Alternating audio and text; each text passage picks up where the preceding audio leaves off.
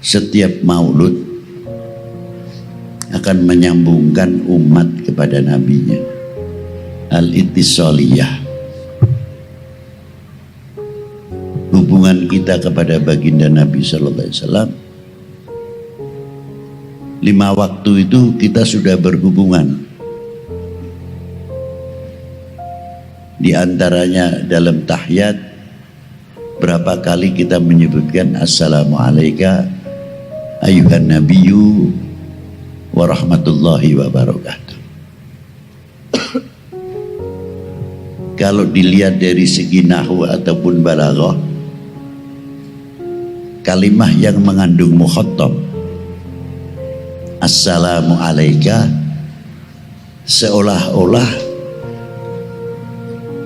beliau itu di depan kita.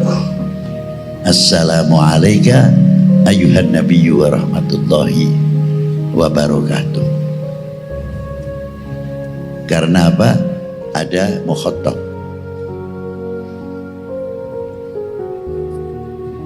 Lain daripada itu, kita diperintah untuk membaca sholawat. Berhubungan lagi tali silaturahmi kita kepada baginda Nabi Sallallahu Alaihi Wasallam.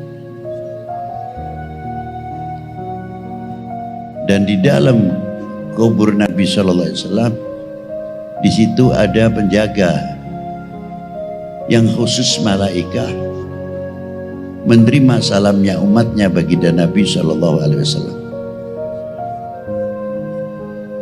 Dan cara menyampaikannya hebat. Bukan individu yang membaca sholawat saja, bahkan disebutkan sholata fulan bin fulan ya Rasulullah.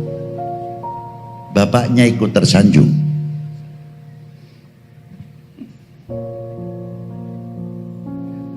Ma'asyiral muslimina rahimakumullah. Bila hubungan ini tersambung dengan baik, tali temali ini sambung dengan baik. Kalau di dalam dunia tarekat disebut madad. Al-madad ini tidak putus, akan menjadi cerminan yang luar biasa segala tindak atau perilaku untuk kehidupan kita sehari-hari. Karena ittisalnya ma bainal ummah wa bainan nabiyyin sallallahu alaihi wa alihi wasallam. Kalau di dalam tarekat disebut satu lagi rabithah. Rabithah itu bukan mendewakan guru. Kalau zikir Allah Allah Allah atau la ilaha illallah seolah-olah guru kita di depan, bukan itu maksudnya. Guru rabithah itu adalah yang menuntun kita kenal kepada Allah, yang menuntun kita dekat kepada Allah dengan melalui ar-rabithah itu tadi maksudnya. Sehingga kita lebih jauh. Kalau kita mengenal rabithah akan membayangkan nasihatnya, cara membaca kitabnya, adab ketika membaca kitabnya, dan sebagainya. Kita akan rabithah ke sana. Bila mana anak murid selalu mengingat atas jasa-jasa para gurunya, insya Allah akan terkendali dari perbuatan-perbuatan yang tidak terpuji. Karena apa? Min barakatil rabithah. Itu baru tingkat guru. Bagaimana ketika kita kepada baginda Nabi Sallallahu Alaihi Wasallam? Kita bisa membuka tarikh-tarikh bagaimana Rasulullah didatangkan.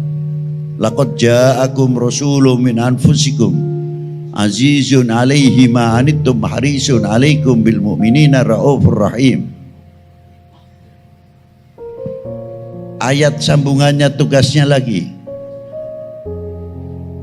Arsalahullahu ila kafatil khalqi jinnan wa insa basyiran wa mubasyiran wa nadhira bil huda wa dinil haqi ila akhiril ayat.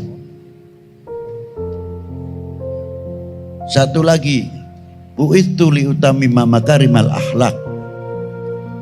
Menyambung. Intinya dari mana sumbernya itu? Dari laqad ja'akum rasulun min anfusikum azizun, di sini hebatnya. Nek cara Jawa itu lebih luas. Sebab sesuai nahumnya, teman-teman yakti nekaaken ingsun kum marang sliramu, laqad ja'akum rasulun, utusan. Ini di Indonesia ki rada repot ya. Yakti teman-teman iki opo ya? Terkecuali anak pesantren ya sudah tahu. Ada taukidnya, ada apa di sini. Utusan rasulun min anfusikum, menawi kalau Ibnu Abbas membacanya ditafdilkan anfasikum. Jadi manusia Rasulullah bukan manusia biasa, tapi manusia yang sangat luar biasa. Min anfasikum.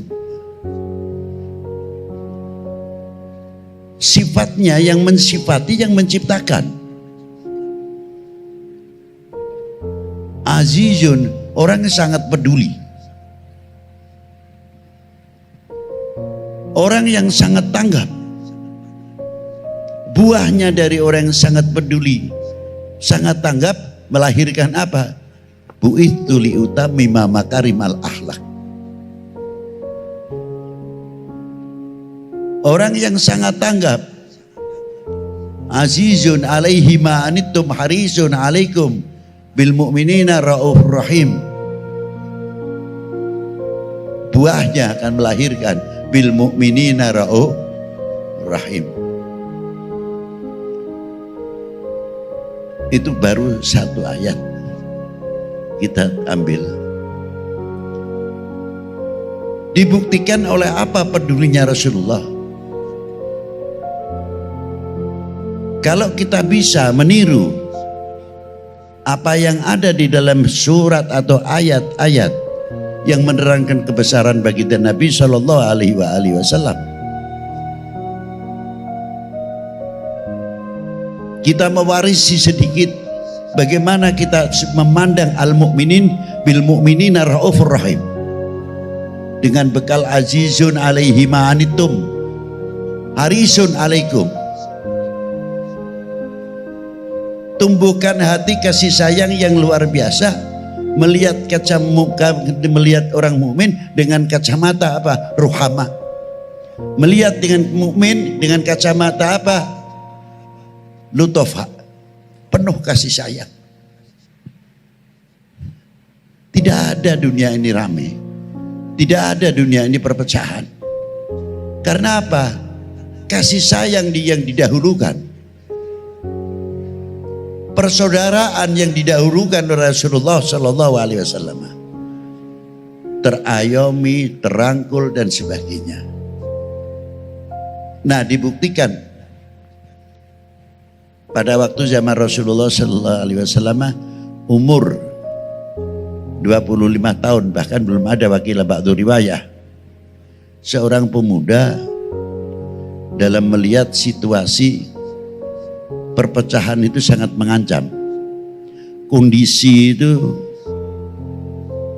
sangat menekan.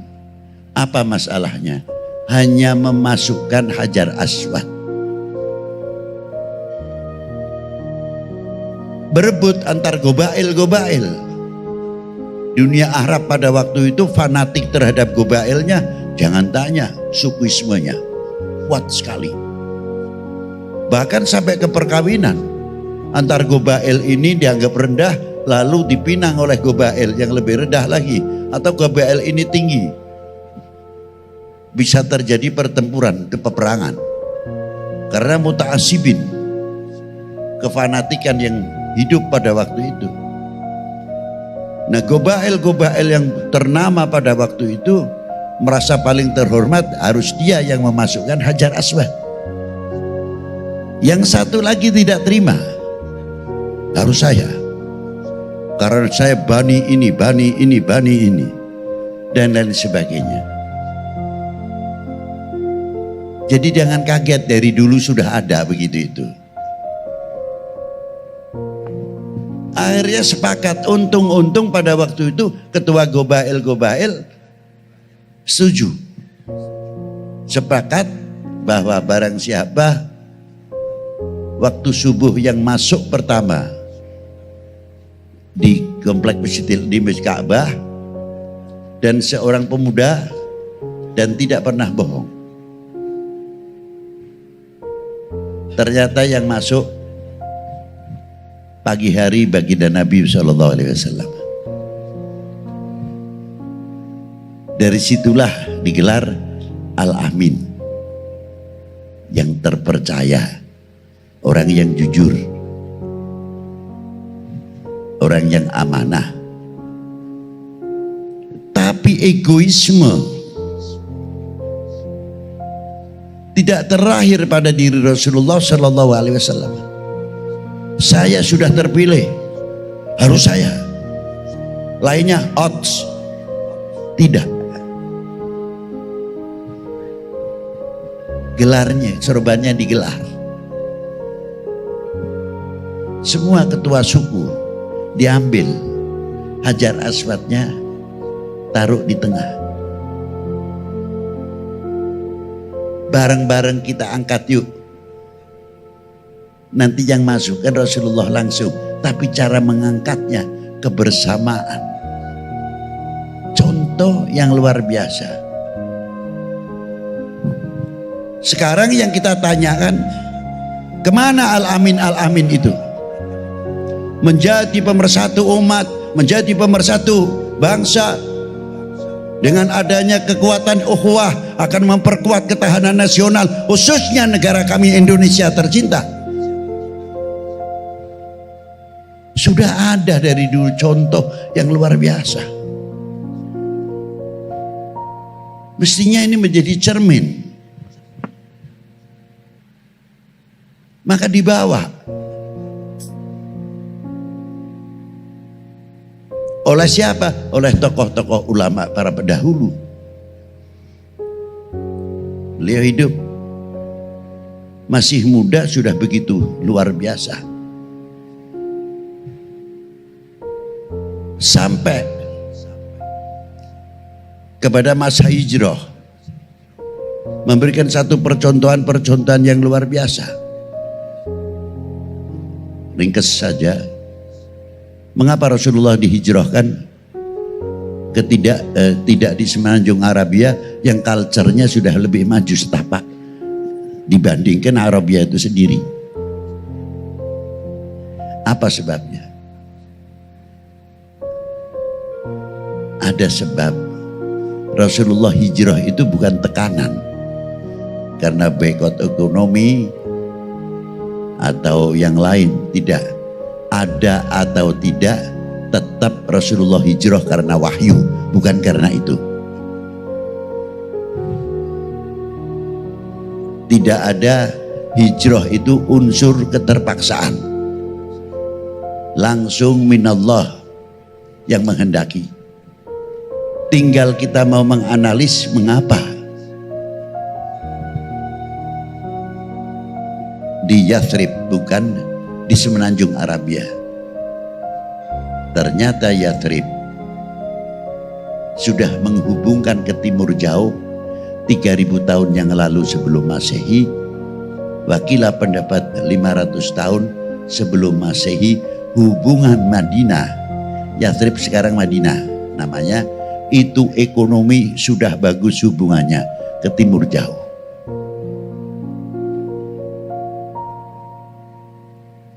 Langsung dari situ juga India termasuk. Jalan itu disebut Jalan Sutra.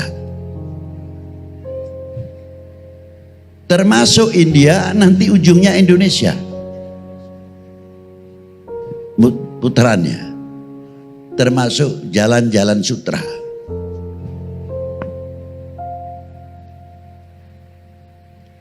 Begitu berhubungan jalan dibuka, Rasulullah hijrah, takbirnya istimewa. Bangun sarana ibadah, bangun sarana ekonomi. Kalau sekarang mungkin maaf, jangan tersinggung. Allahu Akbar, bangun fakultas perguruan tinggi.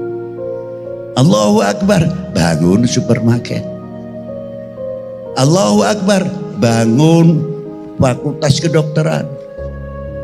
Allahu Akbar, bangun sumber-sumber ekonomi, sumber-sumber pertanian.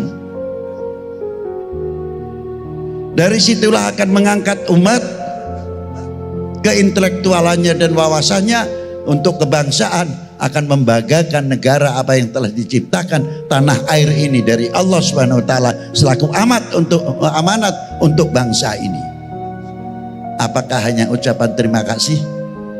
Tidak. Buktikan kalau orang yang mengerti terima kasih artinya membangun. Insya Allah kalau kita bisa meniru, ya Allah, ekonomi kita maju, pertanian kita maju. Nah, itulah diantaranya ringkasnya. Tidak salah apabila para aulia wali 9 kakek moyangnya melalui daerah-daerah Jalan Sutra itu tadi. Bagaimana caranya para beliau-beliau? Masuk melalui India. Bukan Islam dari India. Islam datang ke Indonesia melalui India. Dibangun oleh para aulia pendahulu. Ekonominya, bagaimana membuat adaptasinya. Bekal ini dibawa benar oleh para beliau. Masuk ke Indonesia. Membangun sarana-sarana ekonomi dan pertanian. Padahal pada waktu itu pemerintahannya belum muslim. Masih Brawijaya, yang satu Pejajaran dan lain sebagainya. Tapi di antara wali-wali itu ada yang diangkat menteri ekonomi oleh Brawijaya dan menteri pertanian. Siapa? Al-Malik Ibrahim. Yang ngangkat lain agama, yang diangkat beda agama. Malik Ibrahim, yang satu Ibrahim Asmorokondi. Beliau menteri keuangan. Income yang masuk luar biasa. Mampu pada waktu itu membangun. Walaupun tidak mulus, artinya tidak lama muncullah Portugis dan lain sebagainya. Setelah bubar Portugis, Belanda masuklah. Tapi bagaimana para beliau cara perjuangannya? Saya pernah sering saya bacakan di dalam pengajian di mana saja.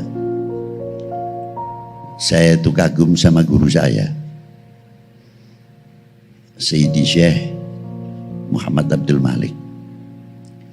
Kalau mau makan itu rapi orangnya. Dia seorang waliullah luar biasa. Kalau makan dahar paling tidak pakai kuku. Kalau enggak pakai kaos yang ada lengannya, rapi kopiahnya, sarungnya, padahal mau makan.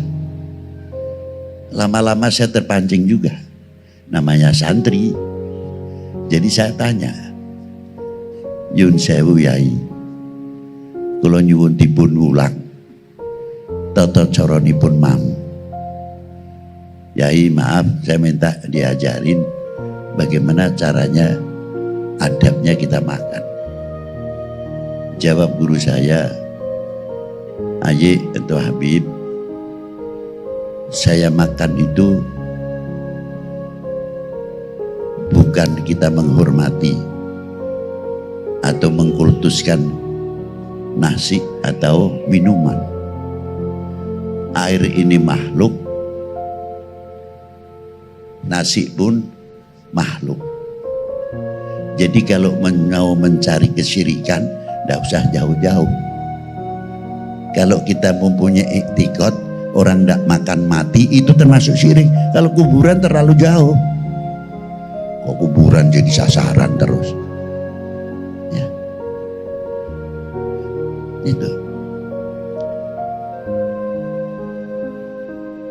Itu satu contoh. Saya nasi ataupun air minum ini, saya menghargai pakai pakaian yang demikian, menghargai si pemberi rezeki. Adab mau makan saja sudah sejauh itu. Dan kalau satu butir nasi ini jatuh, selagi tidak madorot, diambil. Kata guru saya, sebutir saja, jangankan lagi sebutir, seper dari satu butir nasi, kami tidak mampu membuatnya. Siapa yang menciptakan? Allah Subhanahu wa ta'ala. Hormatilah yang menciptakan. Ya pantas makannya manfaat. Ditaruhkan ya. Yang sekiranya madarat nanti dipisahkan, dikumpulkan oleh beliau. Yang kedua, Habib, satu butir nasi ini yang andil tangannya banyak. Dari mulai mencangkul, membajak sampai jadi nasi. Banyak sekali yang ikut andil. Makanya doanya pantas. Kalau lafalnya jamak, Allahumma barik lana, bukan Allahumma barik li. Allahumma barik lana, ya Allah, semoga engkau memberkahi kami semuanya. Yang mencangkul dapat, yang membajak dapat, yang mentabur tebar dapat, sampai jadi nasi pun yang menanak nasi masuk di dalam Allahumma barik lan. Berarti kita sudah dididik kepedulian sejauh mana antar kita, khususnya al mu'min akhul mu'min, al muslim akhul muslim. Kalau kita sadar, ya Allah ya Rabb, jauh dari segala perpecahan kok. Sebab kita doakan terus dengan Allahumma barik lana, itu menghilangkan kotoran-kotoran hati suudon kita kepada sesama kita. Kalau orang mau mendoakan sudah ke teman kita sendiri, walaupun kayak apa, itu menandakan hatinya bersih. Itu hebatnya. Ma'asyiral muslimin rahimakumullah. Tidak cukup dari itu, diteruskan doanya, minta diselamatkan daripada api neraka. Bima razaqtana wa qina adzabannar. Sinambung. Lalu guru saya meneruskan, Habib, gimana agama ini masuk ke Indonesia? Al-Islam khususnya bukan oleh tangan satu orang kiai pewaris Nabi, bukan satu wali, ratusan para aulia di Indonesia, dari mulai Jamaluddin Hussein yang ikut andil besar para aulia bagaimana menghadapi Portugis pada waktu itu,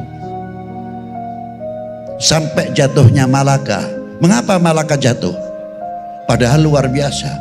1511 Masehi digembosi dari dalam, supaya tidak percaya dengan ulamanya, tidak percaya dengan aparatur negaranya, terus dihembuskan. Itu sebab musababnya.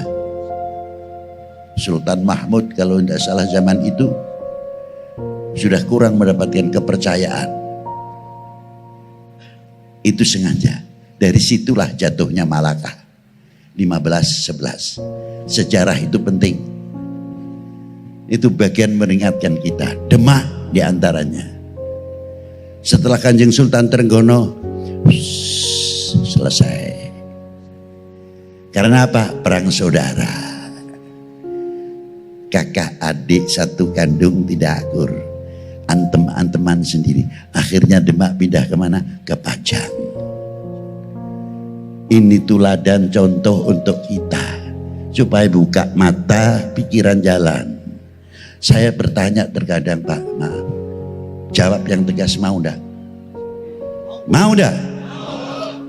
Rela atau tidak kalau Indonesia ini pecah? Jawab yang keras. Setuju sekali. Gimana Pak Polres? Ya. Pak Dede, Pak Ramil, sepakat kan? NKRI harga harus tanamkan ke anak-anak kita itu. Itulah. Ini satu contoh luar biasa yang dirintis oleh para beliau. Tidak lama Portugis, kejadian Demak selesai. Ulama kita tidak tinggal diam. Pejuang para tokoh kita tidak tinggal diam. Bagaimana cara membangkitkan, membangun, merasa mencintai kepada bangsa, mencintai kepada republik ini. Dulu masih belum ada republik. Bagaimana caranya? Bagaimana cara merintisnya? Entah di Jakarta masih ada atau tidak. Kalau di Jawa sebagian masih pakai. Di antaranya kalau bangun rumah, tengahnya itu pasti kasih merah putih. Sebagian masih ada tidak? Ada ya. Kasih janur, tiwu atau tebu, pisang, kelapa, padi, dan lain sebagainya. Nanti ketika mengangkat, merah putihnya mau dipasang, pakainya panggang ayam, baca doa. Itu casing. Sebenarnya penutup. Sebab kalau langsung, instansi pemerintahan Hindia Belanda pada waktu itu jelas benderanya mereka. Lalu mendadak kita pasang merah putih, walaupun dibungkus, gubetkan di situ, pasti kena dampaknya. Sesepuh-sesepuh kita tidak kalah akal, kasih janur, filosofinya, kasih tebu, dan lain-lain sampai pada ritualnya kasih doa. Belanda mau menangkap, tidak bisa. Karena dianggap apa? Culture. Itu hebatnya. Filosofinya di mana? Dan itu nanti dipasang, reng ataupun usuknya nanti ada yang 1 minggu baru dipasang, 10 hari bisa dipasang. Itu satu contoh. Subhanallah. Ternyata mengandung apa? Kita suruh melihat.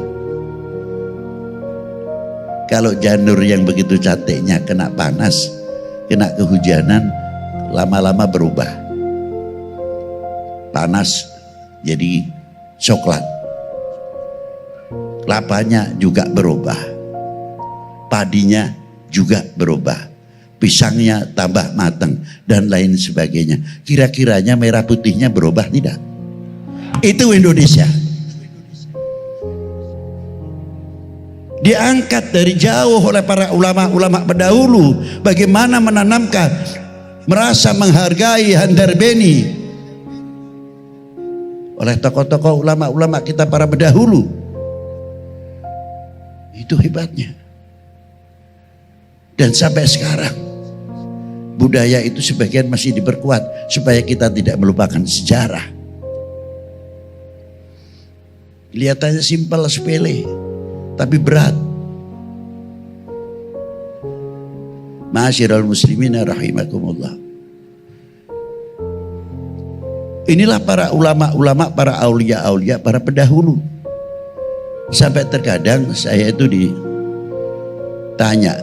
Beb, istimewanya ziarah Wali Sembilan itu apa? Mau jawab, karomah sudah umum, ambil barokah ya sudah. Saya jawabnya, saya itu sebetulnya kalau ziarah Wali Sembilan cuma satu sajalah, malu. Malu. Loh Beb, kok malunya di mana? Ya kalau barokah karomah kan sudah umum. Malunya di mana, Beb? Ini loh, saya pengalaman ziarah Wali Sembilan.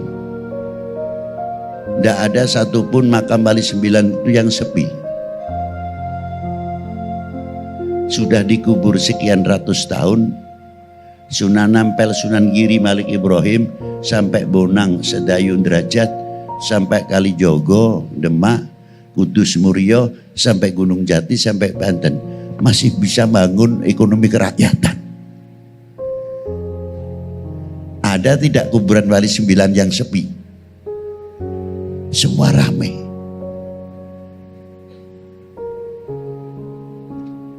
Empat 400 tahun yang lalu loh, masih segar. Orang dagangan kopiah putih, tasbih, busana muslim, makanan sebagian makanan Timur Tengah kayak di Ampel. Orang mati masih sempat membangun ekonomi kerakyatan, masih mampu memberi makan orang yang hidup.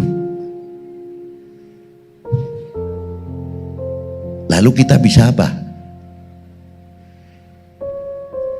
Lalu kita apa? Kontribusi kita itu apa? Untuk Al-Islam. Kontribusi kita untuk Al-Islam apa? Kontribusi kita untuk bangsa ini apa? Coba kita tanya. Jangan tanya kepada orang lain, tanya kepada diri sendiri. Itu diantaranya yang saya kagum. Karena ini semua bagian daripada orang yang mengamalkan bagaimana azizun alaihi ma anittum harisun alaikum bil mu'minina rauf. Itu hebatnya. Apalagi di Maulana Syarif Hidayatullah,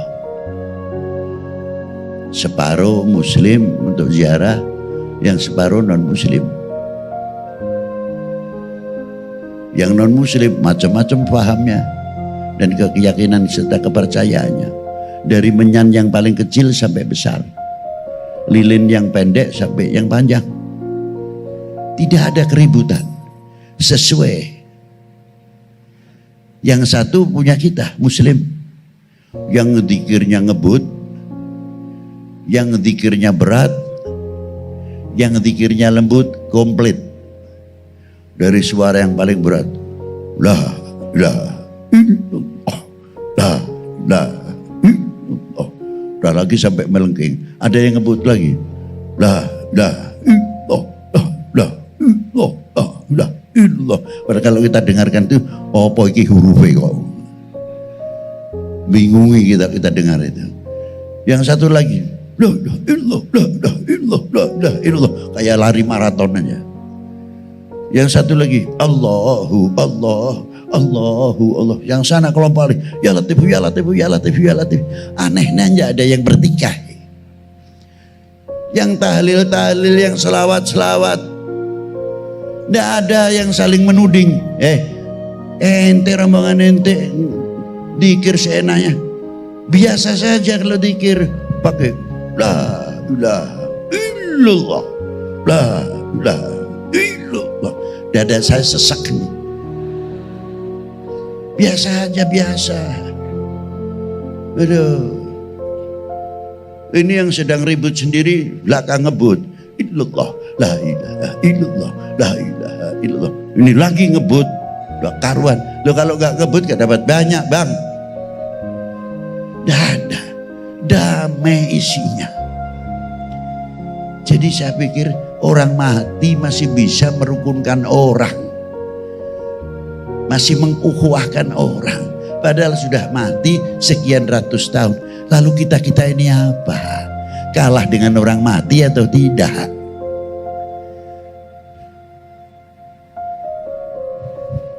Tidak usah jauh-jauh, luar Batang. Subhanallah. Nampak sekali karomahnya bagaimana luar Batang. Belum kita ke Maulana Hasanuddin Al-Bantani. Maka dari itu ma'asyiral muslimin rahimakumullah, saya ingat tadi guru kita Mbah Kiai Muhammad Abdul Malik. Setelah saya pelajari, saya diingatkan dari satu ayat. Ini ayat kunci. Kalau ingin kenal sama Rasulullah lebih jauh, qul in kuntum tuhibbunallaha fattabi'uni yuhibbukumullah. Ini Rasulullah diperintah oleh Allah Ta'ala, fattabi'uni, langsung, tidak menggunakan lafzul jama'. Ikuti saya, tegas. Mau paham dalamnya Al-Quran, ikut baginda Nabi. Mau cara dakwah yang membawa rahmatan lil alamin, ikut yang diperintah oleh Allah. Fattabi'uni, ikuti saya. Luas sekali. Mau memahami Al-Quran lebih jauh, tidak bisa tanpa melalui pintu baginda Nabi Sallallahu Alaihi Wasallam. Dengan ayat ini, satu sahabat bertanya, mata aku mu'minan shadiqan ya Rasulullah.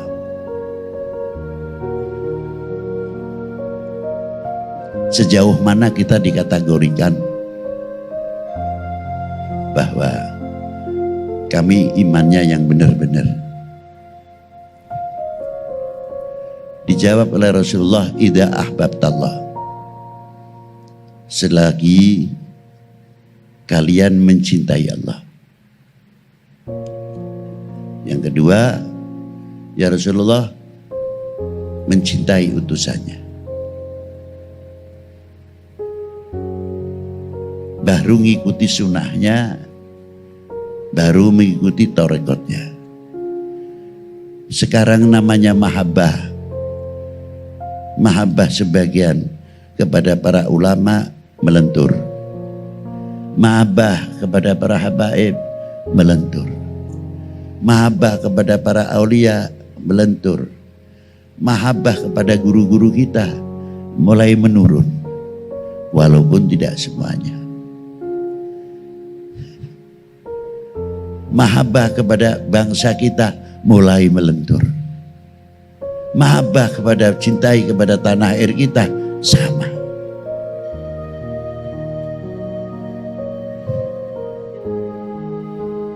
Ini yang perlu kita benahi, perlu kita dandani, kita perbaiki supaya bangkit kembali. Mahabbah itu sumber luar biasa. Orang itu kalau mahabbahnya kuat, mulutnya akan terjaga, telinganya akan terjaga, matanya akan terjaga. Tidak mungkin akan membuka aibnya orang yang dicintai. Itu ciri khas.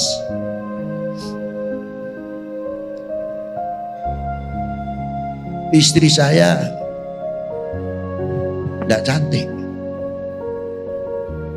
tapi saya sayang, demen, bener.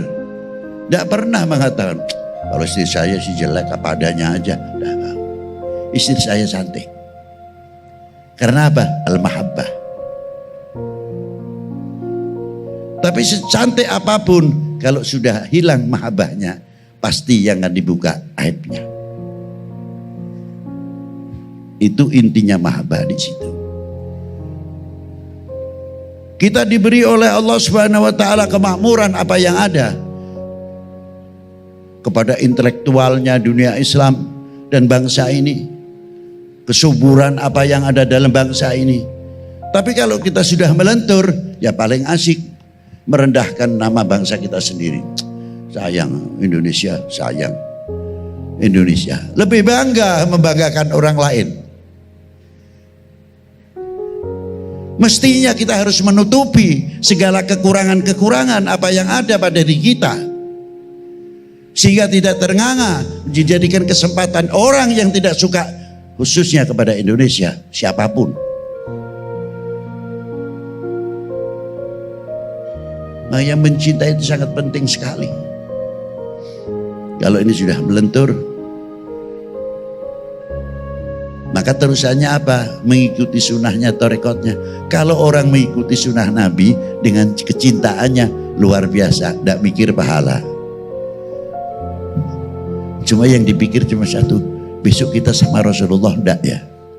Yang diinginkan cuma ingin berkumpul dengan baginda Nabi SAW. Tidak tanya ini pahalanya apa, ini pahalanya apa, tidak. Percaya penuh dengan orang yang dicintainya. Itu mahabbah. Nah, tengahnya itu ada.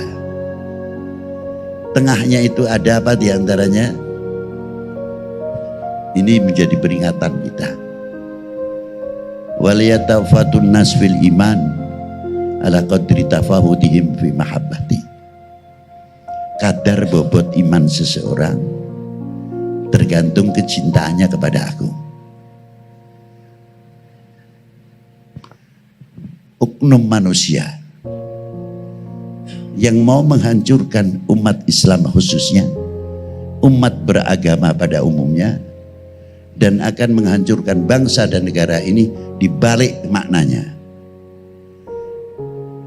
Awalnya maknanya kadar bobot iman seseorang tergantung kecintaannya kepada aku, artinya Rasulullah. Nah, kalau dibalik berarti kalau mau menghancurkan umat Islam khususnya, umat beragama umumnya, hancurkan cintanya kepada tokoh agamanya, hancurkan kecintaannya kepada ulamanya, aulianya khususnya baginda Nabi SAW. Hancurkan dulu, nanti umat itu paling gampang dipecah belah. Seandainya kamu mau menghancurkan bangsa ini, jauhkan kepercayaan masyarakat, bikin masyarakat supaya tidak percaya kepada pemerintahnya, aparatur negara, kepada TNI-nya, kepada polisinya.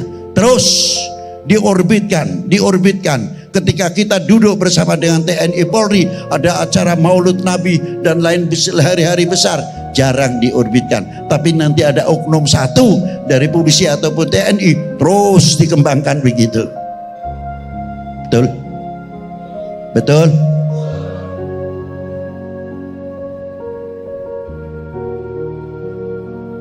Kalau pertahanan kita sudah digoyahkan, lalu kita mau jadi apa? Maka apabila kita sudah mengetahui hal yang demikian, ayo kita bersama-sama rapatkan jajaran kita. Jangan memberikan kesempatan kepada oknum manusia yang akan menghancurkan Indonesia ini. Setuju? Setuju? Buktikan kalau kita setuju. Ayo kita galang. Jangan perpecahan terus. Kasihan. Ulama kasihan. Para aulia kasihan. Para aparatur negara, pejabat kasihan, ngurusi gitu-gitu saja. Kita masih banyak urusan untuk bangsa dan umat ini. Dari segala bidang, dari pertanian, dari ekonomi. Jangan sampai kita negara yang subur makmur ini, kita ekonominya ketinggalan. Lain daripada itu apa? Dunia pertanian ketinggalan. Sehingga sampai terkadang, maaf kalau sering saya singgung, dari pertanian itu hebat sebetulnya untuk membangkitkan rasa memiliki. Jambu ditanam di Indonesia, besar di Indonesia, yang dapat nama orang lain, jambu Bangkok. Ya Allah, kok dirubah? Ini jambu mana? Bogor. Indonesia Bogor. Oh ini jambu mana? Oh jambu Semarang, Indonesia. Bangkitkan kearifan lokal. Ini akan membantu ekonomi. Merasa antar beninya semakin kental. Karena apa? Kita bangga. Jambunya tidak kalah besar-besar. Katesnya California jauh bener. Pusing jadi kita ini golongan pelarat apa kaya. Tanahnya subur tapi yang dapat nama orang lain. Karena apa? Kurang handar beni, kurang memiliki. Alhamdulillah masih ada gula Jawa, pisang Ambon. Ini kalau gula Jawanya berubah, ampun dah. Nih, saya khawatir sekali. Habib Lutfi kemana-mana, walaupun menerangkan Maulid Nabi, Habib Lutfi ketakutan terus mewarnai. Apa di antara takut jangan sampai Indonesia dipecah belah. Kemanapun Habib Lutfi tidak akan berhenti mengatakan NKRI. Itu bagian kewajiban kita. Mempertahankan ketahanan nasional. Itu kewajiban kita bersama. Setiap individu harus tegas dalam masalah ini. Kalau ini benteng ini kuat, kita tidak mudah akan dipecah. Allah. Maka dari itu, ayolah kita sama-sama ekonomi kita biar maju gimana. Kembangkan kearifan lokal dan lain sebagainya. Insya Allah kita akan diberi barokah oleh Allah Ta'ala. Saya yakin itu. Selagi kita mencintai baginda Nabi Sallallahu Alaihi Wasallam, selagi kita mengikuti baginda Nabi Sallallahu Alaihi Wasallam, jangan khawatir orang ahli selawat. Negara pun akan terlindung dapat barokahnya min ahli selawat. Barokah dari maulidin Nabi Sallallahu Alaihi Wasallam. Sampai di antara hadits Kanjeng Nabi bersabda, ana indaman sholla alaya, saya selalu memperhatikan orang yang selalu membaca selawat kepada kita. Indonesia alhamdulillah maulud, membaca selawat, Dalailul Khairat berkembang dengan baik. Semoga semakin subur dan kita diberi keukhuwahan yang luar biasa. Persatuan semakin kuat, kesejukan semakin tumbuh. Walaupun beda baju, tetap tidak akan membedakan Indonesianya. Bajunya yang satu apa, monggo, yang satu monggo, bajunya apa. Ya, Anda Indonesia kan, oh iya saya Indonesia, tolong pegang Indonesianya yang kuat. Itu saja. Insya Allah kita akan semakin kuat. Demikian yang bisa saya sampaikan. Walafu minkum. Wassalamualaikum warahmatullahi wabarakatuh.